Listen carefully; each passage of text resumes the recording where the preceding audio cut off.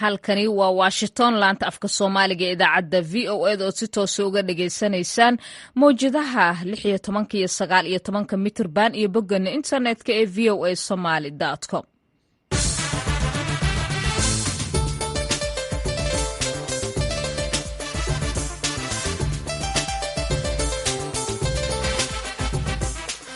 subax wanaagsan dhegeystayaal dhammaantiinba waa aroor axada oo bisha Agoosto ay tahay 6 sanadka 2023 idaacadeena saaka iyo caalamka waxaa idinla socodsiin doonta anigoo ah Sahra Cabdi Axmed.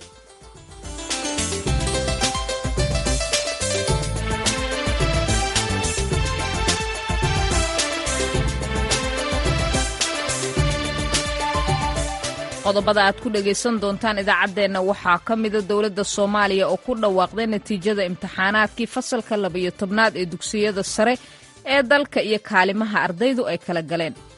kaalinta koowaad waxaa gashay Deeqa Maxamed Cabdullaahi Maxamed dugsiga Faanoolo degmada Kismaayo 92.6. kaalinta labaad waxaa gashay Faaduma Cabdullaahi Axmed علي dugsiga Macaasir degmada Hodan 91.71. waxaan sidoo kale idiin haynaa warbixin ku saabsan Britain oo roobab dabaylo wato ay ka horeen halkaasi oo dadku ay cabsi ka muujinayaan. waxaad kale oo maqli doontaan dalka Canada Soomaalida halkaasi oo tan iyo markii ay u istaageen wax ka qabashada dilalka dhalinyarada haatan hoos u dhac laga dareemay tirada dhalinyaradii dhimanaysa isdilaysay. qodobadaasi warar kale ayaan idiin haynaa balse marka hore ku soo dhawaada warkeennii dunida.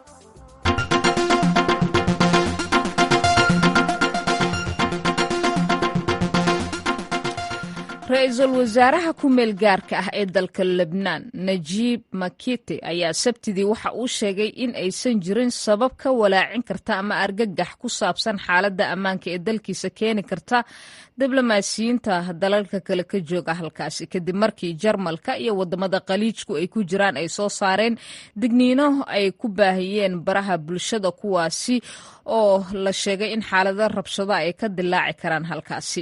Sacuudi Arabia, Kuwait, Bahrain, Qatar, Jarmalka iyo Britain ayaa waxa ay dhammaantoodba soo cusboonaysiiyeen digniino safarka in la aado halkaasi iyada oo ay socdaan iska hor imaadyo u dhexeeya kooxaha hubeysan ee iska soo horjeeda ee xerada Falastiiniyiinta ee Ceenul Hilwa ee koonfurta Lebanon.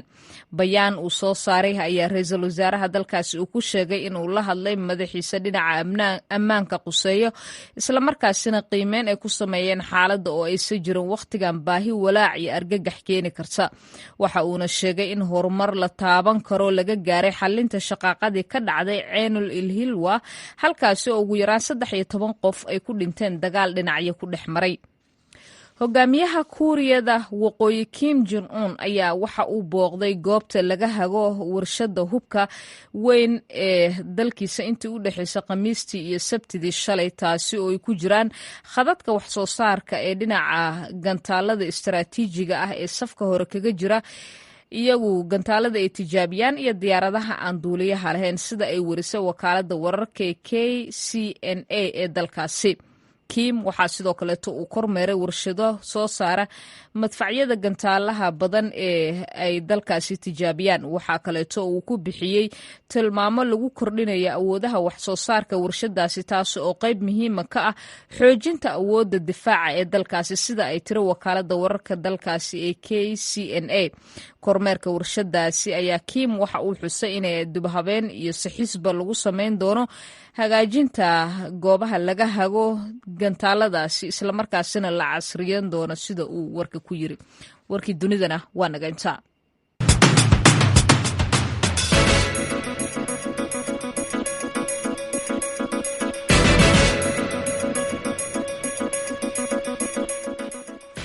subax wanaagsan dhegeystayaal halka wararkaasi idinkaga imaanayana waa laanta afka Soomaaliga ee idaacadda VOA da aan ku horeynay wasaaradda waxbarashada ee Soomaaliya ayaa shaacisay imtixaanaadka sanad dugsiyeedka iskuulka sare ee fasalka 12aad waxaana sidoo kaleeto laba kaalimood oo kuwa ugu horeeya 1 iyo 2 kala galay gabdhaha kale ah Deeqa Maxamed Cabdullaahi oo ka baxday iskuulka sare ee Faanoole ee magaalada Kismaayo iyo Faaduma Cabdullaahi Axmed oo Muqdisho mid kamid ah iskuuladeeda ka baxday.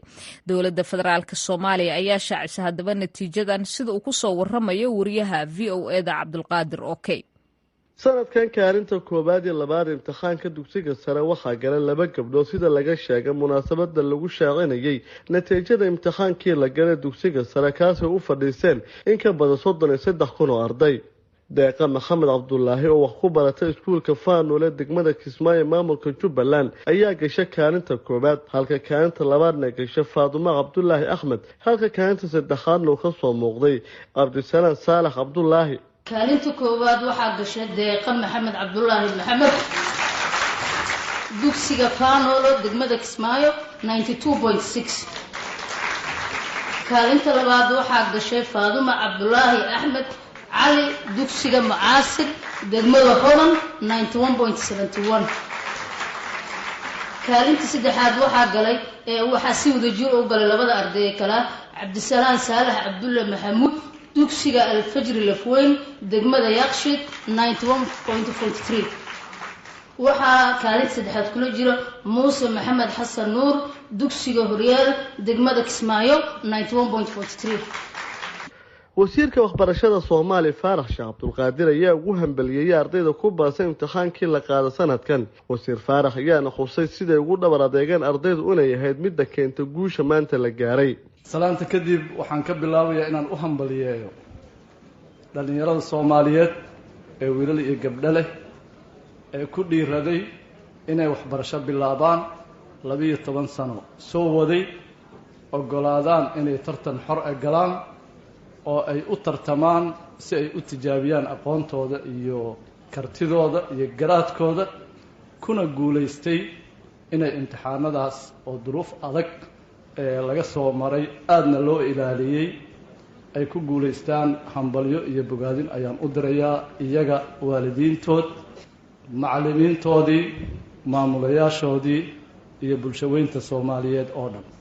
Ra'iisul Wasaare Xamse Cabdi Barre oo goobjoog ka ahaa goobta looga dhawaaqay natiijada imtixaanka dugsiga sare sanadkan ayaa ugu hambaliyay ardayda gashay guud ahaan imtixaanka isagoo ku booriyay doorkooda waxbarashada. Ra'iisul Wasaare Barre ayaa soo hadal qaaday dagaalka dawladda kula jirta Al-Shabaab iyo doorka kaga aadan guud ahaan bulshada. inaysan dagaalka dhexdhexaad ka noqon in aysan dagaalka u malayn dagaal ka dhaxeeya xukuumadda iyo khawaarijta ka dhaxeeya inaysan u qaadan. dagaalkani waa dagaal jiritaanka la isku haysto in Soomaaliya jirto iyo inaysan jirin ayaa la isku haystaa in Soomaaliya diinteedu jirto iyo inaysan jirin oo inxiraaf diinta ku dhaco ayaa la isku haystaa waxaa la isku haystaa in dalkan Soomaaliyeed ugu dambaysta Soomaali lagala wareego oo uu noqdo meel jangal oo qaabaad oo cidna joogin oo bahal ka taliyaan kadibna adduunyadu ay dhahdo meeshaan amniga ay khatar ku tahay oo deedna dadka Soomaaliyeed lagala wareego dalkooda iyo inay dadkooda Soomaaliyeed dalkooda u tashadaan ayaa la isku hayaa waxaa la isku hayaa inay dadka Soomaaliyeed xor ahaadaan oo diintooda xor ahaadaan oo Ilaahay si xor u caabudaan oo ay si xor u ganacsadaan oo ay si xor u socdaan oo si xor u bartaan iyo inaysan u baran ee ay noqdaan dad ku nool cabsi iyo dulli iyo ihaano ku nool ee noqdaan la isku hayaa dagaalka noocaas marka waa dagaal adiga ku khuseeya ubadkaaga khuseeya mustaqbalkiina khuseeya waaye maadaama sidaa yahay marka dagaalkaas in loo kala haraayay waa nasiib darro waxaa intaa ka sii daran dagaalkani waa dagaal si fiican looga baaraan degay nooca weeye waa dagaal aan ahayn dagaal qabiil ma aha dagaal kooxeed ma aha dagaalkani waa dagaal xaq ah oo lagula diriraayo khawaarij aniguna maana dhihine 350 macallin 50 sheekh oo caalim Soomaaliyeed oo isku timid ayaa fatwadaas fatwootay ayaga ayaa sheegay inay khawaarij yihiin sidaa darteed waa dagaal khawaarij lagula jiro khawaarij waxay yihiinna waxay la tahay inaad taqaanaan oo ay ka daran yihiin gaalada xarbiyiinta inay ka daran yihiin oo nabiga calayhi salaatu wasalaam uu sheegay tuuba liman qatalahum aw qataluuh waxaa nasiib leh qofkii ama ay dilaan ama dila ay labadaba. Cabdulqaadir Okey VOA Muqdisho.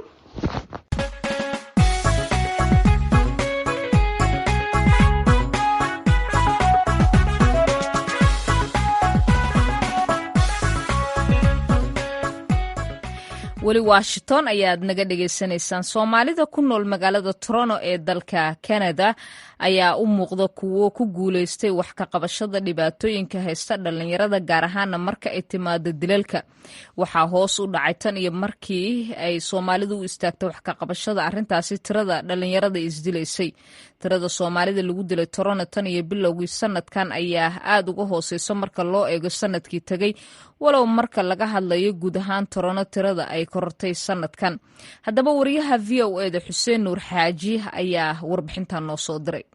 soomaalida magaalada toronto ilaa iyo hadda waxay u muuqdaan kuwo ku faraxsan dadaalada iskaashi ee ay geliyeen sidii ay wax uga qaban lahaayeen dhibaatooyinka haysta dhalinyarada oo ay ugu horeyso dilalka. sida lagu daabacay bogga dadka lagu dilay Canada, 37 qof ayaa lagu dilay magaalada Toronto laga soo bilaabo bishii January ee sanadkan ilaa bishii hore ee July. waa tiro ka badan 12 bil ee sanadkii tegay ee 2022 oo guud ahaan magaaladan lagu dilay 24 qof. 4 qof ayaa Soomaali ka ah 37 kaasi qof. waa tiro aad u yar marka loo eego tirada dhalinyarada Soomaalida ee lagu dilay magaaladan sanadihii tegay. bilooyinkan oo kale ayaa lasoo wariyaa kororka dhibaatooyinka haysta dhalinyarada. ururka Positive Change wuxuu ka mid yahay ururada Soomaalida ee u istaagay sidii arrinkan wax looga qaban lahaa. Dr. Xabiibe Aadan oo ka mid ah madaxa ururkaasi ayaan weydiiyey dadaalada ay geliyeen arrinkan. Positive Change waxay ku dadaashay markii wiil nala ka dilo annaga waxaa la oran jiray wiil kriminaal ahoo dembi geystay baa la dilay. waa ka dagaalanay journalistaha iyo idaacadaha in laga joojiyo arintaas, wayna ku guuleysanay. waxaan kaloo aan raadinay in booliis la qoro Soomaali oo af Soomaali ku hadlayo, caruurteena in dhexdeeda booliis laga qoro. 2 gabdhood iyo 6 wiil baan ku guuleysanay, welina waa dagaalameynaa. waxaan kaloo ku guuleysanay in la ogaado in community Soomaali ay jirto Canada dhexdeeda ayna rabto inay hore u socoto. waxaa kaloo taasi dhalisay in annaka dhexdeena is mobilize gareyno oo aanu muxuu ahaa isku nimaadno. taasna waxay dhalisay inaanu dibutaatyaal yeelano oon doorano. so Positive Change waxay ku dadaaleysaa inay wax ka bedesho fikradda laga qabo wiilasheena iyo Soomaali community. hooyooyin hore caruur looga dilay ayaa wada dadaalo ku saabsan sidii loo joojin lahaa dilalka dhalinyarada. Shamse Ibrahim Boolis iyo hooyooyin kale ayaa si joogto ah ula kulma laamaha amniga ee magaalada Toronto. waxay iga warantay kulamadaasi ay la yeesheen booliska. wada shaqeyn fiican ah noo socoto. wada shaqeynteenaasna waxay tahay in bil walbaba aan 6 division aan la kulanno, ayagoo taasoo ayna siinayaan ayagana warbixinta bishaas wixii dhacay, xaafadda ka dhacay, iyo in aan wada ognahay annaga iyo booliiskaba si jamac ahaan aan xaafadii oga wada warqabno. waagii hore saasna hadda waxa waa division kasto miiskaan la fariisanaa, waa la xisaabtanaa xaafadiina maxaa ka dhacay, sidee maaragtay aad xaafadda oga warqabtaan, sidee u serve garaysaan, sidee u protect garaysaan, maxaa ka gaartaan. haddii ilaahay kuu roon yahay annagana communitiga ayaan maaragtay dib ugu noqonaa oon wareysanaa, aan dhahnaa xaafadda maaragtay nabadgelyadeeda sidee u aragtaan, maxaa idinku dhib maxaad cabsi ka qabtaan, iyo dhalinyaradeeni oona wada arkay inaan hooyooyinkan u istaagay dantooda iyo kala badbaadintooda. Dr. Xabiibe Aadan ayaa tilmaantay in inkastoo hoos u dhac uu jiro oo ku saabsan dilalka dhalinyarada Soomaalida, in haddana loo baahan yahay in dadaaladaasi la joogteeyo. waynu dadaalay laakiin fari kama qodna. inta wiil Soomaaliya la dhaawacayo ama la dilahayo annaka orodkeena iyo qayladeena way sii jireysaa. hase ahaatee waxaa dilalka soo yareynayo dadka wacdigoodii oo la bedelay. ma aha wiilku markuu gaaro 19 in la baro inuu ama loo sheego wuxuu sameyn lahaa. waa in laga soo bilaabaa markuu yar yahay. marka waxaan la shaqeynaa waaridka si ay caruurtooda ugu soo bilaabaan inuu mas'uuliyad sideedaba isagoo yar. Yaasiin Abikar waa suxufi muddo degan magaalada Toronto. wuxuu si dhow ula socdaa dhibaatooyinka haysta dhalinyarada Soomaalida. waxaan weydiiyey sida lagu soo afjari karo dhibaatooyinka haysta dhalinyarada. aniga ahaan waxay la haboon marka ugu horeysa in Soomaalida ay muujiso isku xirnaan, isla markaana wacyigelin badan oo dhinac walba loo sameeyo dhalinyarada Soomaaliyeed. waxaa kaloo ila haboon kolkii ay wax dhacaan in si buuxda loola shaqeeyo laamaha amniga si loo helo qofka dhibka geystay, laamaha amnigana howsha ugu fududaata. waxa fiican in naftirkeenaba aan wada noqono dadkii badbaadin lahaa caruurteena isla markaana waxa xoon ka celin lahaa laamaha amnigana si buuxda ula shaqayn lahaa. dad badan ayaa rumaysan in haddii lasii wado dadaaladan in si lamida bulshooyinka kale ee degan dalkan ay soomaalidu ku guuleysan karaan wax ka qabashada dhibaatooyinka haysta dhalinyarada oo ay ugu horeyso dilalka. xuseen nuur xaaji, v o a, Toronto.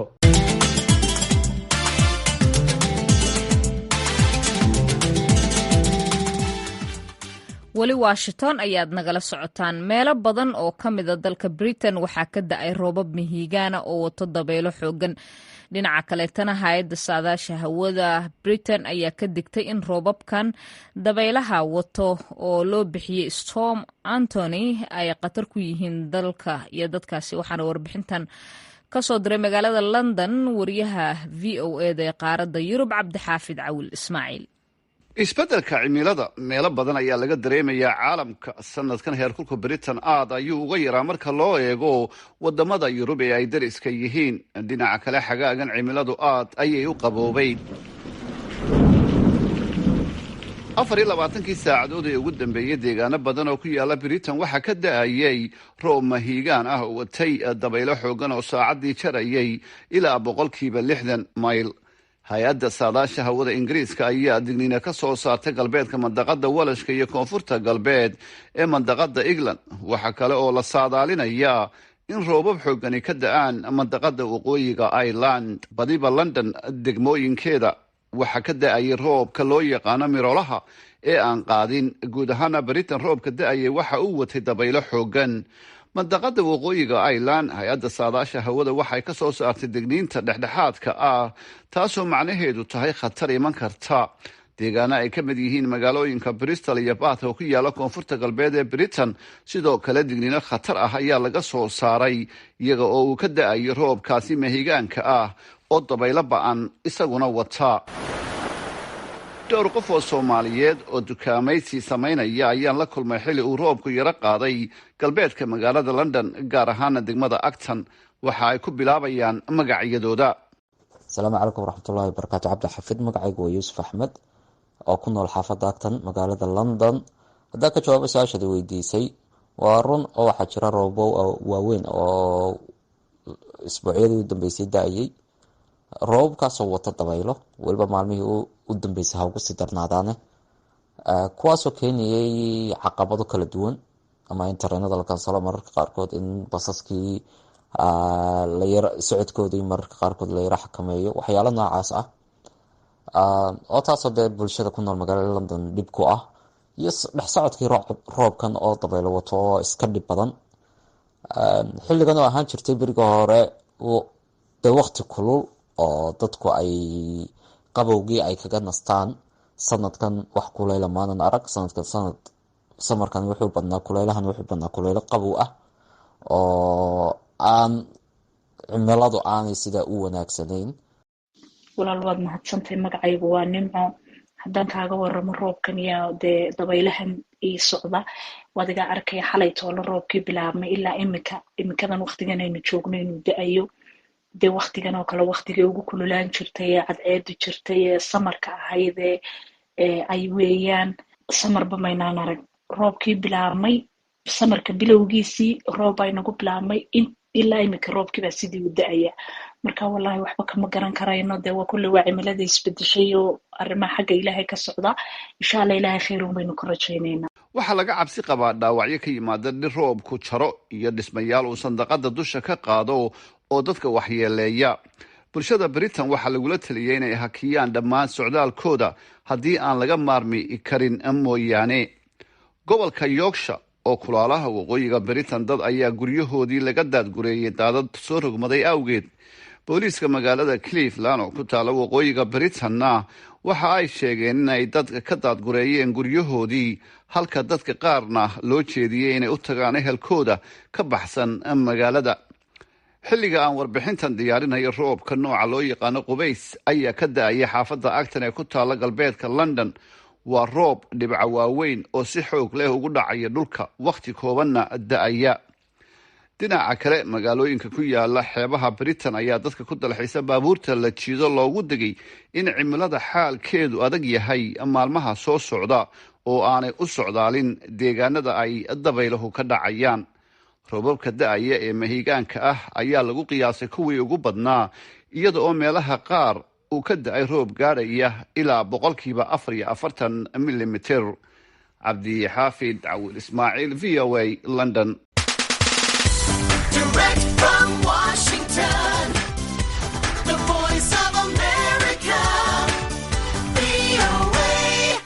weli washington ayaad naga dhegaysanaysaan. xeryaha qaxootiga ee dhadhaab waxaa ka bilowday wareegii labaad tallaal looga hortegayo cudurka shuban biyoodka oo aad ugu badan xerada qaxootiga. cudurkan shubanka oo xeryahaasi qaxootiga dhadhaab ka dilaacay bishii oktoobar ee sanadkii hore soona gaaray ilaa iyo bishii abriil ee sanadkan ayaa soo ritay dad aad u tiro badan oo kor u dhaafaya 200,000 oo qof sida la sheegay. haddaba yuusuf axmed aadan oo ah sarkaal ka tirsan guddiga badbaadada caalamiga ah ayaa waxa uu u waramay wariyaha v o eda axmed cabdulaahi jaamac. talaalka hadda socda waxaa waaye talaalka oo laga hortagayo shuban biyoodka ama loo yaqaano dadka ingiriiska aqaanaan OCV, oral cholera vaccine. talaalka asaga ee Kenya waqti badan bay xanuunka koleraha ama shuban biyoodka loo aqaano ay ka hortagayeen ama daaweyntiisa ay la tacaalayeen. marka waa talaal cusub hadda imaaday. kii hore waxaa la qabtay bishii 2023 hadda aan ku jirno. marka waxaa loo baahnaa kii labaad in hadda la qabto, laakiin talaalkii iyo waxyaalo qaarkood la heli waayay ay noqotay dadka oo new arrivals ama loo aqaano qaxootiga cusub oo soo galay kaamka in la siiyo. tareentii leeg ayaa loogu talagalay inay ka faa'iideysato talaalkan hadda wadaan. sax waay, tirada hadda loogu talagalay in la siiyo waa 27,428. sida u taqaanaba xaga dheer maxaa ku nool 145,000 oo qof iyo weliba boqolaal ku nool. marka waa laga gaarsiin waaya in qof walba lagu celiyo. hadda waxaa loo jeedaa dadka maalin hore miisgariyey oo qaxootiga ku sugnaa laakiin nasiib u helin marka iyadii inay helaan ama meel ku maqnaa ama safar ha jiraan, iyo dadka cusub oo soo galay gada markii talaalka uu dhammaaday kadib. goormo ayuu bilowday, imise ayuu soconayaa? wuxuu bilowday taariikh 3 ayaanta khamiis ay ahayd, wuxuuna soconayaa 10 casho ama si loo aqaano 10 beri ayuu soconaya consecutive ah. taas oo ah qaxootiga maadaama qaxooti cusub aan talaalka uu ku sababan yahay qaxootiga cusubna dad gooni oo meel u degan maaha. marka in xaafadihii ama dadka meelaha ay kala jireen ay loo raadiyo oo loo siiyo oo loo doonay noqonay marka waqti dheeraadkaas loo siiyey si lagu gaaro tiradaas guudka. dadka la doonayo inay ka faa'iideystaan talaalkan da'doodu waa intee? ma caruurta mase waa dadka waaweyn mase waa labadaba? sida horamba uu ahaa dadka ka faa'iideysanaya waa 1 iyo above ama loo aqaano 1 sano iyo inta ka koreysa ama 100 jir ay ka kor waxay noqotaba waa sanadka 1 iyo si loo aqaano waa 12 bilood. ilmaha markay jiraan ka kore ilaa ugu dambeyn qofka sanadkiisa meesha uu ku dhamaado ayaa loogu talagalay in la siiyo. maxaa keenay xilligan in la qabto ololaha talaalka cudurka shuban biyoodka? sax waay, saa u taqaano sidaan kuu sheegay countiga ama subcountiga hadda aan joogno Fafi ama countiga Garis ama Kenya guud ahaanba xanuunka kolera ayay la tacaalayeen 9 bilood oo ugu dambeeyay. xaga dheer markaan ku faahfaahiyo 2022 bishii October ayuu kiiska u horeeyay xaga dheer laga helay ilaa laga soo gaaro bisha 4 oo ah ugu dambeysay oo hadda aan ka dhameystirnay ama uu eg macnaha inaan ka joogsaday xaga dheer koleraha. xaga dheer kali maaha Fafi subcountiga ama deegaanka dariska ah waa naftooda way xanuunka wuu jiray county ahaanta wuu jiray. countyasha kale Mombasa sida Kitui, Kiambu kulliga wuu jiray ama Nairobi ahaanteeda wuu jiray. marka Kenya saasay ugu talagashay xanuunkan talaalkan OCV-ga in looga hortago si badbaado ama ka hortag weyn u noqdo. waxaa soo hadal qaaday dhowaanba inuu xeryaha ku soo dhawaaday xanuunka shuban biyoodka. marka saameyn intee leeg buu yeeshay sanadkan? waxaa la hadlayay inuu ka duwanaa sanadihii hore oo dad badan uu saameeyey, bal taa haddaad nagu yar noqoto. saameyn fara badan saashaysa waa runtada. saameyn fara badan buu yeeshay. saameyntaasoo ah inay qaxootiga ama dadka soo barakacay ay ku bataan kaamka, taasoo tiro ahaan gaarsiisay in xaga dheer 997 qof uu gaaray xanuunka koleraha ilaa 3 tiro dhanna ay u dhinteen. oo aan la tacaalna si aan uga hortagno dhimashada hadduu qofka xataa uu saameeyo ama uu ku dhaca inuu dhimashada ay yaraato marka saameyn fara badan buu u yeeshay dhaqaale xumo u yeeshay oo muxuu yeeshay waxyaalo sabab fara badan uu keenay oo ilmaha yar xitaa markuu ku dhacay nafaqa darro inta badan uu sababay saameyn fara badan buu ku yeeshay kaamka hadda aan joogno ama annaga xataa shaqo ahaanteena culays fara badan si aan uga hortagno xanuunka anagoo hay-adaha badan ama kuwa woosha loo aqaano sanitation iskaashanayno inaan kaga hortagno xanuunka dadweynahana aan kaga badbaadin haddaan usoo noqono tallaalka tallaalkani waxtar intee leeg buu leeyahay tallaalka horta waa ka hortag oo u ah inuu difaac u noqdo qofka in koleeraha uusan kaga hortago ama uu ka badbaadiyo laakiin muhiimadda ka weyna maxay tahay nadaafadda qofka ama qoyska inuu nadaafadda ka hortago nadaafadda uu ilaaliyo qofka hadduuse nadaafadda ilaalin waayo ama uu ka hortagi waayo ama wasaqti ama waxyaalaha noocaas la iska ilaalin waayo ama waxyaalaha sababi kara xanuunka koleeraha tallaalka waxyaalo uu saameyn qof mar hadduu ku dhacayo wax saameyn weyn uu ku yeelanayo ma jiro bulshada waxaan ku boorinaynaa wixii tallaalka aan samaynayn haddana inay foojisnaadaan oo ka hortag iyo taxadir